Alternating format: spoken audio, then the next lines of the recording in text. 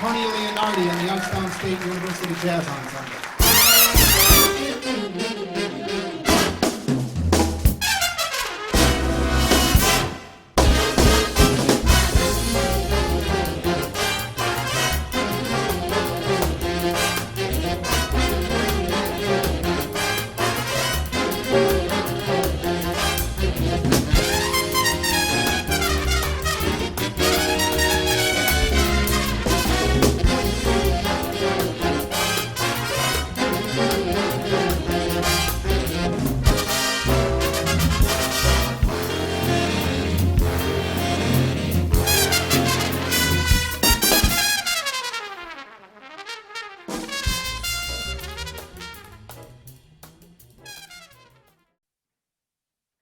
Trumpeter Tim Leahey, currently residing in Columbia, South Carolina, was with the YSU Jazz Ensembles from 1986 through 1991.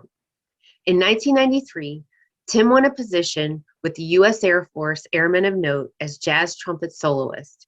He continued on with the Airmen of Note through 2017 and finished out a 25-year career as Chief of Operations of the Air Force Band.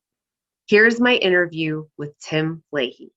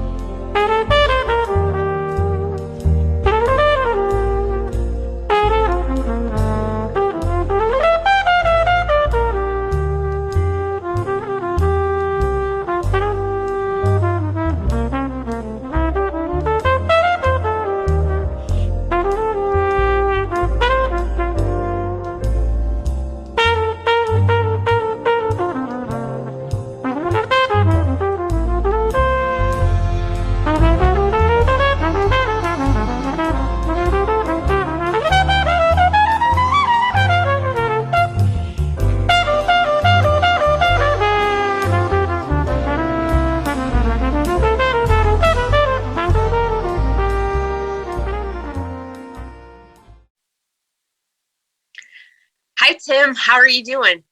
I am awesome. How are you, Paula? It's so good to see you. Good to see you, too. It's been quite a while. Yeah, and I like the Wahoo, too. That's a shout out to Tony right there. Yeah. So, yeah, it's really good to see you. So you're in Columbia, South Carolina now? Correct. And you've been there for how long? I retired in October of 2018. So I guess I've been here since that, however long that is. Okay. Yeah, almost 3 years. Now, so I can't do math anymore. Right.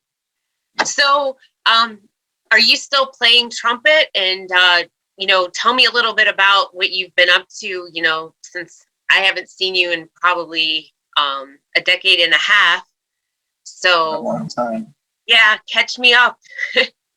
Well, let's see. I retired, and I decided I was going to take some time off the horn, and I moved down here. And I guess it wasn't in the cards. I had one friend of mine, Matt Letter. I got to give a shout out to him. He teaches at Gadsden State Community College down in Gadsden, Alabama, and he reached out to me one day, got me back on the horn, and right after that, just as the fates would have it, I get a call from another friend of mine going, "Hey, would you be interested in playing at this festival in Hot Springs, Arkansas?" So I'm hitting all the the big jazz meccas, Alabama and then Arkansas, and then because I had been so I got in shape for those things, and then I just another friend of mine happened to move here to Columbia, and I stumbled across the scene here, and made a lot of friends and found out there's a lot of great musicians here too. So before COVID hit, of course, I was just getting into a good groove playing wise, but I've been teaching a few virtual lessons here and there, and but other than that, the music has been pretty quiet the last year, but I'm hoping it'll ramp up again soon. Right. And I mean, so many people are in this boat right now, so yeah. Let's hope this ends soon. Yeah, I'll be first in line for my shot when it comes out. Yeah. So anyway, well, we're working on this tribute concert for my father, and you and I have talked about that a little bit here. So take me back and share, how you first got into jazz, actually, how you first started playing trumpet, and then how you met Tony. How did you end up at YSU? You were in the jazz ensembles from 86 to 91. Correct. And, take me through your history a little bit, and then how you met him and how he influenced your career. Well, so I've been playing trumpet since I was 6. So going back, I'll abbreviate that story as much as I can. But I was kind of a problem child, believe it or not, being the mild-mannered person that I am now. But my parents just wanted to find something to keep me out of trouble. And my uncle had played trumpet, and we were able to borrow a horn for me to start taking lessons for free. I mean, the horn was free before we invested in an instrument. So I started taking lessons when I was 6. And my parents, my dad just was always a big, his musical tastes were very diverse, although they stopped about 1968, I think. But, so we listened to a lot of like the Music of Your Life station on the radio, and they played all the classic big band stuff. And he had an 8-track player that, an 8-track player that actually only played 1 track of the 4 that it would click to. And you've probably never even seen an 8-track player. But I have a picture of one. My dad still has one, believe it or not. But he did not have the Glenn Miller 8-track, or I might have taken it for memorabilia. But I didn't even realize all of the classic solos and stuff were being ingrained. Like, he was a big Herb Alpert fan. So I was listening to some trumpet, and then it kind of, as I got to junior high and my teachers, I guess, it was kind of like, I said to you earlier that, like, when you've been in school long enough, eventually they let you be the teacher. I had been playing longer than anybody else, so I kind of had, it just made sense that I had, more skills than some of the kids, most of the kids my age. But I was, and then when I got to junior high and high school, I was trying to catch those kids that were older than me. And most of them didn't like that. And, but it was good for me. But so I grew up playing polkas, believe it or not. And I played in a German polka band when I was in, from age 9 until 16. It was a marching band that I did every summer. And then from about 13 to 16, I played in a 7-piece smaller version of that. And that's where my ear training began. And I always tell my students, you just never know where things are. This is all leading to your father in a second. Just bear with me. You never know where your skills are coming from. Like I never thought playing polkas would help me play jazz, but my teacher, my childhood trumpet teacher, Ray Detweiler, was the leader of those German bands, and gave me the opportunity to start when I was so much younger than everybody else, just to give me the experience. It's like, you don't think about, well, what does experience mean when you're 9 years old, but eventually. But so in the small group, he played the first part and I played the second part, and he would just at his leisure put his horn down, and then there would be no melody. So I, at the first rehearsal, he pointed, and I couldn't find the place in the music, and he said, you gotta be able to find this fast.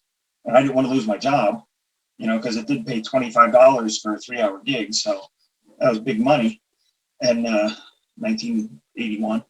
So you were born, right? No, 80. And so I quickly learned to memorize his part and my part. So I didn't have to read it because I wasn't going to find my place. It was just too hard to try and see it. So that trained my ears. So right about that time, 80, would have been 82 or 83, I guess. The high school band director retired, and the new band director who showed up, his name was Dave Priester. Dave talked all the time about his time when he grew up in Youngstown, Ohio, and how great the jazz program was at this little school called Youngstown State. And, he couldn't, he thought I should go take trumpet lessons from Pelly, the Soto Pellegrini, because, he knew he could fix me up. And so, at that time, I just was so impressed by Dave. I call him Dave now. He was Mr. Priester then, but I was so impressed by him. I mean, he would pick up the bass and play bass in our jazz band rehearsal, or he would play his trombone, or he had this thing called a trombonium. It's kind of like a trombone with valves, but like marching. And he would play these great jazz solos. And that year, I won't say where, but he was interim teaching at another college, and he told me that he was sure he could get me a full scholarship to go there, but he really thought Youngstown was the place for me. And I went and heard that other school's band, and a bunch of people that I had gone to high school with were there, and it was okay, but it sounded like my high school band, just a little older. And then he played the Just Friends record for me in his office in a building that they just tore down in the last couple months, as a matter of fact. So that office isn't even there. And I was like, holy cow, I got to go there. So that's how I was steered towards Youngstown. And so I went and auditioned into the brass program. But when I showed up at school, I didn't meet your dad until jazz band auditions. And I just kind of assumed everybody auditioned for everything, and you took your chances. Well, there were 3 bands at that time, and I made it into the second band. The first band was phenomenal that year.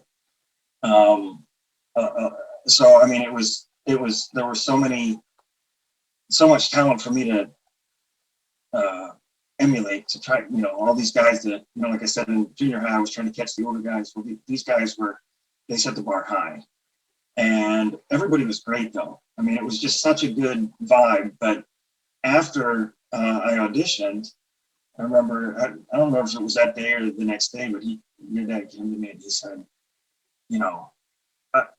I had no idea you were coming here. I mean, where'd you come from? What's your story? And I told him Dave Priester. Oh, Dave, yeah.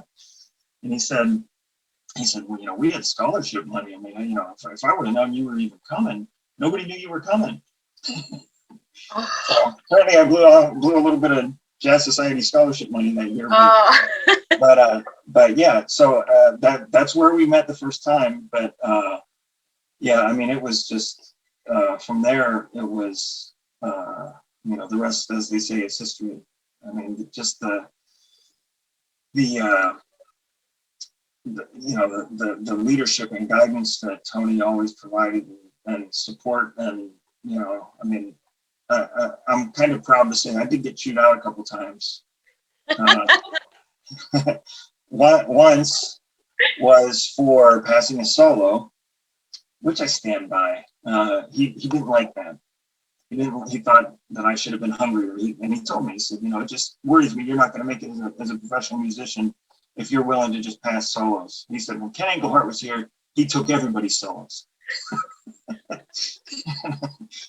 I just said, and the solo I passed was to Doug James. And I said, but Tony, he sounds better than me on that tune. And he said, well, you got to get better on that tune. So, so he didn't like that.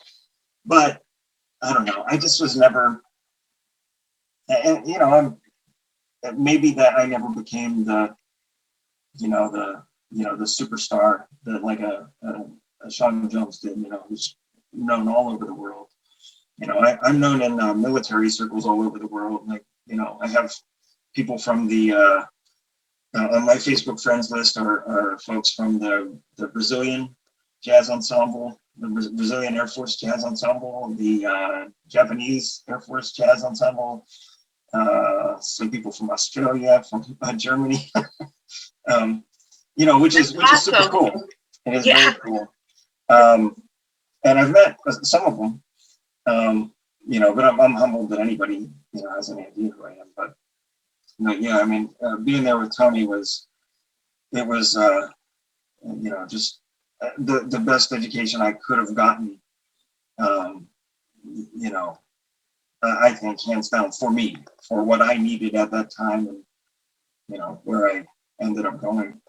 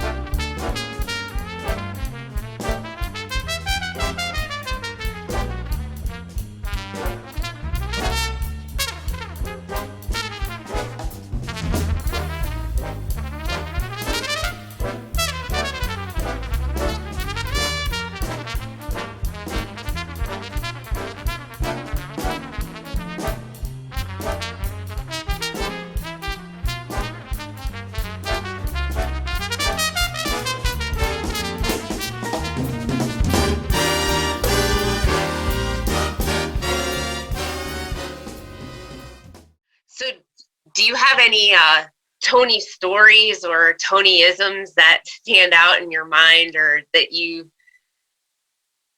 talk about when you talk to the guys that were in the band with you? Well, I mean, anytime Tony's name comes up, somebody goes, "What the hell?" That was a common Tonyism. And but I don't know, the stories that we talk about. I mean, Mike Camiff and I and Eric Dragney and a handful of other guys. Some of the old guard. We just talk about how it was largely about the gigs. But what I remember most about Tony was that, I mean, he knew how to get out of us what he needed to get out of us. And one of my favorite stories, and I'm sure it happened more than once, to be honest. I don't remember what year it was, but we were in rehearsal and it was sloppy. And, I'm sure you've heard the band plenty, but it just didn't happen very often. But for whatever reason that day, you'd have somebody off. But I do have another funny story I'll tell you in a second. But he just said, "I don't know what the hell's going on, but maybe it'll be better Wednesday." And he left. He just walked out of the room. And we were all just, I mean, it was like 3:15, and rehearsal was 3 to 4:30. And we all went. And Mike Camiff walked up to the front of the room and said, "Okay, here's what we're going to do." And he rehearsed the band that day. I don't even know if Tom knew that. But Mike always had that leadership quality. The one that, I so clearly was lacking in my willingness to pass solos and trying to please everybody. But he rehearsed the band that day, and we came in the next rehearsal, and it was one of those ones that I wish we had on tape, because at least in my mind, it was insane the next time. And I just remember his face lighting up and going, I don't know what you guys did, but but what the funny story I was going to tell you, and I don't think I ever, every now and then I tell somebody this story just because they offer me something before a gig. But I discovered when I was in college that a lot of people, especially trumpet players, have weird things about what they can eat or drink before they play because of how the mouth reacts. I mean, drying up your saliva or whatever. And I discovered by accident one day I went home for lunch and I decided to make a bag of microwave popcorn. I discovered that the salt dries my chops out and they won't vibrate. So I can't eat salty things before I play. To this day, I don't, and I know popcorn will do it. Not a question, it will do it. Now I've since learned I can kind of mitigate it if I take some ibuprofen. Not pimping, using drugs, but it gets me through in a pinch. But I showed up to rehearsal that day and I couldn't play. I mean, it was rough. And he pulled me aside and he said, Tim, what the hell? And I said, he's like, what's going on? And I said, I don't want to tell you. And he said, what? And I said, you're not going to believe me if I tell you, just trust me, I'll be better next time. And he said, no, what's going on? And I said, I went home for lunch and I had a bag of microwave popcorn and the salt messes my chops. And he was like, I've never heard of that. What are you talking about? And I said, I told you. I said, and he went, okay. Oh, another funny story. This might only be funny to me. Was that he called me in his office another time. It was like one of those like, hey, Tony wants to see you in his office. And I was like, uh-oh. But I thought I was in good graces. I didn't think I was in trouble. But so I get out of his office and he said, shut the door. And I go, uh-oh. And he said, word's getting around the school that you're not taking care of business in your classes. And I said, what are you talking about? And he said, well, they're just saying that, you're out staying out late and not practicing or not doing your homework. And I said, Tony, I got a 4.0 last semester. I don't know what they're talking about. I mean, I am going out, but I thought that was part of my education. And, I the last couple of years of school, especially, Dave D'Angelo had moved back into town and he was playing at, oh shoot, what was the name of the bar? It was right beside Mr. P's. So I had a little circuit that I did. He was playing there Thursday nights. Tuesday nights, I often went and sat in with Teddy Pantelis down at Cedars. Wednesday night, I played with Straight No Chaser at the Penguin Pub. Thursday night, Dave D'Angelo had his thing. Friday and Saturday, I was usually out of town up in Cleveland playing weddings. And then Sunday, a lot of times there was a jam session somewhere, I don't remember. But I was going and sitting and listening to these great players, the older generation, and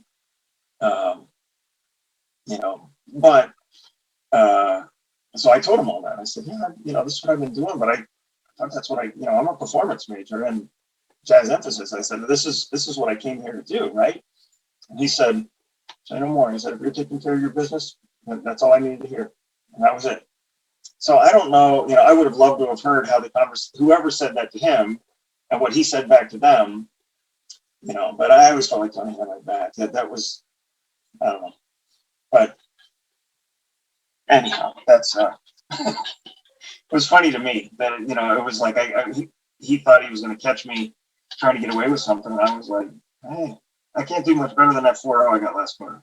Right. Yeah, exactly. No one can argue that. Yeah, grades were very important to him. Absolutely. Yeah. Well, I wish that I don't, I'm honest with my students now. I don't think I was the best student there are many things, and everybody, hindsight's 2020. But if I could have gone back, I would have practiced harder. I would have this, I would have that. And I definitely would have applied myself in my other classes. But I just got so focused on playing, and I decided I was going to be a player. And it almost backfired on me. But again, with the stars aligning, when the job for the Armor of Note came up in 1993, the Trumpet Guild happened to be in Akron that year, and then the Trombone Association convention was in Cleveland. So actually I didn't hear the note. I had a gig that night, but I saw the flyer for the job at the Trumpet Guild convention, and then I had some friends who had friends in the note that got me some numbers, and I called them. Unfortunately for Rich Stigler, I talked to him for about an hour and a half, asking questions about what the band was like and what the gig was like. And, I decided that day I was going to go all in on that gig, and it worked out.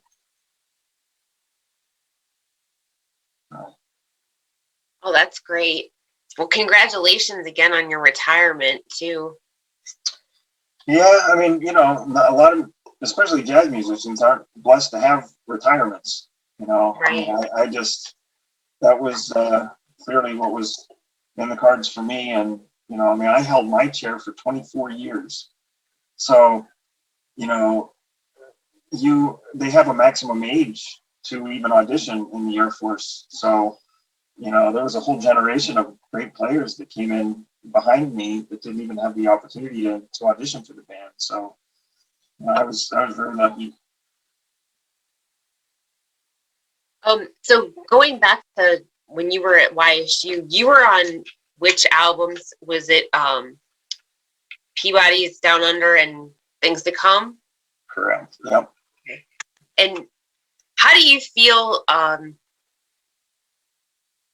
the level of talent of that group compares to others that were going on at the same time and in other universities or colleges? I mean, were you guys aware of just how high the caliber of talent was? Did you know? I think we were.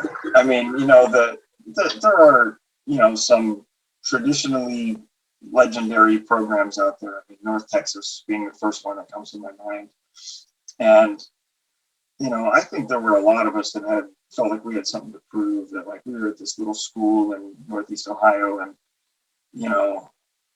since then, I mean, I became friends with almost everybody who was in the 1 O'Clock band in 91, ironically enough. I mean, like almost everybody. I met and became buddies with a lot of those guys. And they are great. They are great. They were great then, but I just felt like, comparatively, I mean, we were all undergrads in that band. And, they had us, they had better soloists for sure.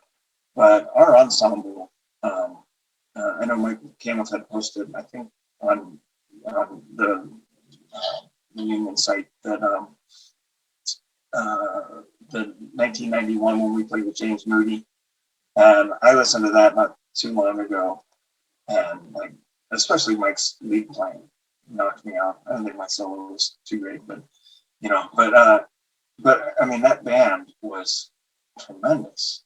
But yeah, I think we, Tony had somewhere around 87, or I think it was 87. Spring of 87 was probably the last time he took the first band to the Tri-C Jazz Festival, because they just outclassed everybody. And like I said, that band to me was, I can't imagine a better band. I think they had really great soloists, and a couple of more grad students. So I mean, they had a little experience on us, but the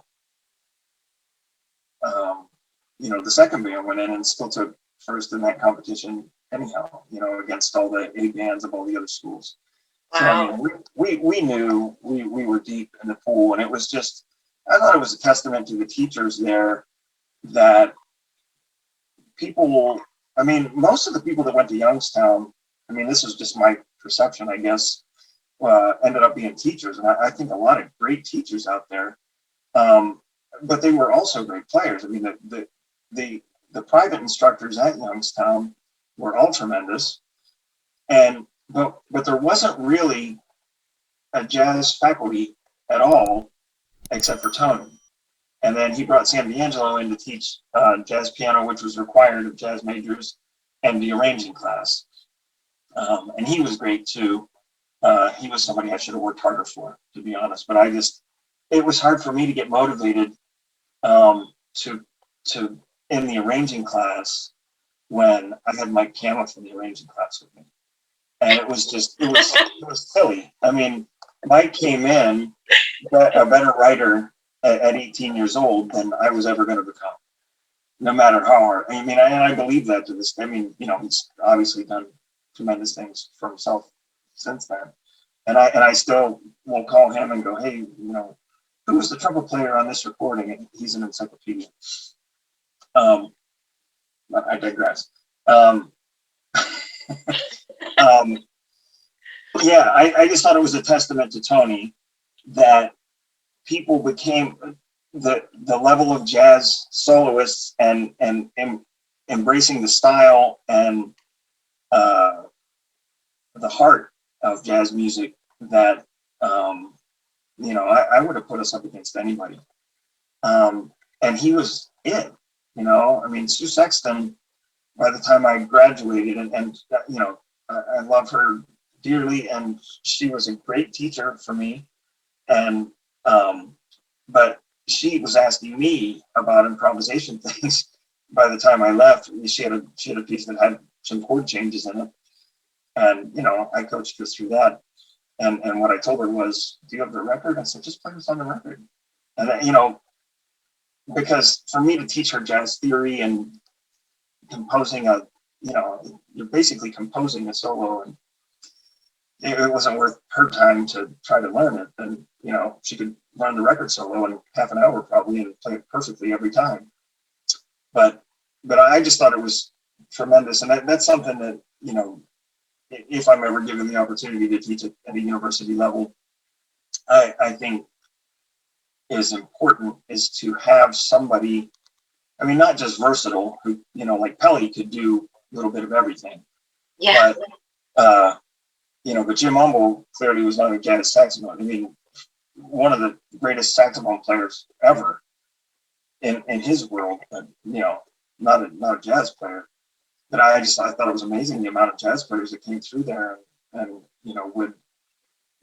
they all came out great doublers, and it was, Youngstown was, but Tony was solely responsible for teaching all of us, I think, how to listen, if nothing else, not just to listen, but how to listen.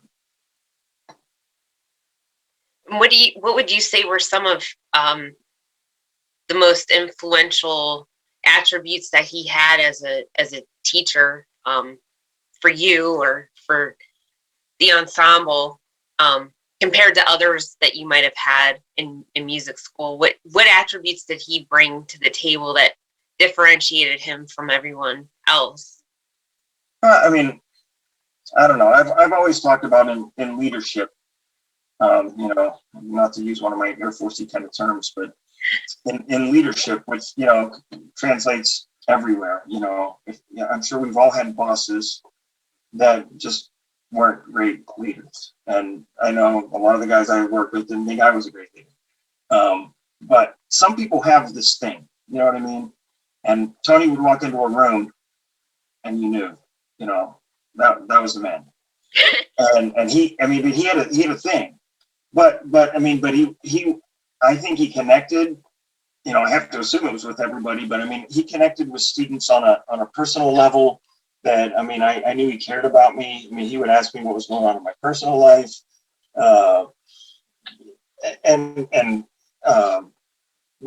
Just a way to connect. There was it's one of those things you can't quantify. He had the leader, you know, he was big, larger than life. And I certainly went in there having heard stories from my high school band director too, about him throwing music stands at guys and stuff like that. You should talk to some of those guys. That didn't happen during my era, because apparently he had a heart attack in the early 80s. And that mellowed him out quite a bit. That's the story I was given. So I never saw quite that. I saw him get mad a couple of times, but not like that. But we knew he did it when we needed it. Like I said, I got chewed out a couple of times. The other time's a long, dumb story that I wasn't paying attention when we were getting in trouble for something. I'll tell you that off camera. But I deserved it, and it was, you know, but it was all cool. It happened. I knew my place, and but he didn't hesitate to put you in your place. But he also gave us opportunities.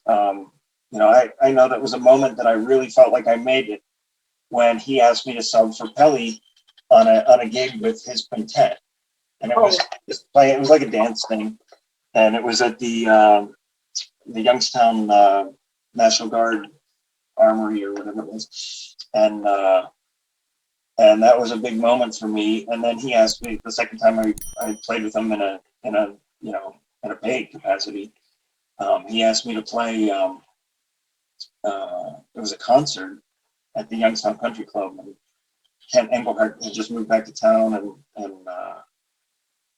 you know, I was still in school then, so I mean, it was like playing with the A team was a big deal for me, and you know, like I said, he was always there. A case in point, in 1991, I auditioned for I sent in a tape to be in the International Trumpet Guild Jazz Improvisation Competition. And I put together some friends of mine, and I recorded, and I had been in it the year before. I made the finals and got second the year before. And so I put together a tape with the same people, figuring, you know, same environment, same people. And it was lacking, you know, it was something missing. And I was telling him about it, and I was like, I don't know what to do. And he said, well, I'll play. You know, you get guys together, I'll play. And he did. So it was, I don't know, it was like the night before it had to be postmarked. And I got him and Jim Garber, and I think Jim Risley played drums on it for me. And they came in for free at 9 o'clock on a Thursday night or whatever it was, or I think it might have been Sunday, and in the band room. And we recorded this audition tape, and I still have it.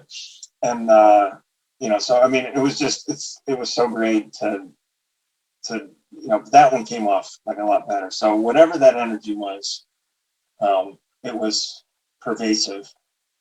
As a matter of fact, my very good friend Daryl White called me last night, and he said, actually, he just called me. I mean, we've kept in touch over the years. You know, I mean, he was the old guard, and he couldn't have been a better mentor to me as an undergrad.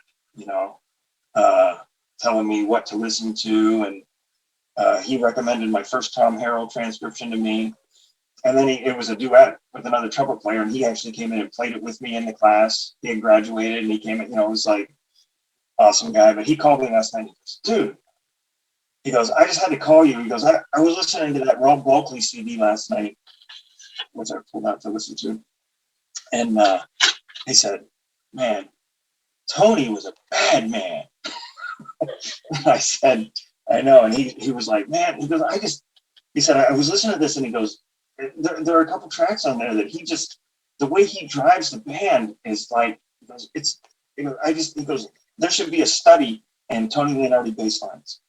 Oh, wow. So that's what, you know, the legacy that he's left. I mean, people, you know, I don't know that I would have, I think that he fostered and created a scene in Youngstown that wouldn't have been there without him.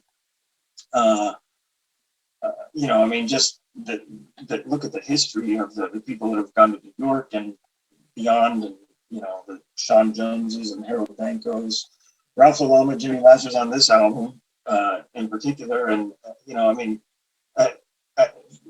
Sean Jones, you can't talk about the Wall of Fame out of Youngstown without bringing him up, but I don't want to exclude anybody else who's been great and didn't make the big level of notoriety, but so many great players have come out of there. Some of them are still in Youngstown, and I try to go sit in with every time I get there.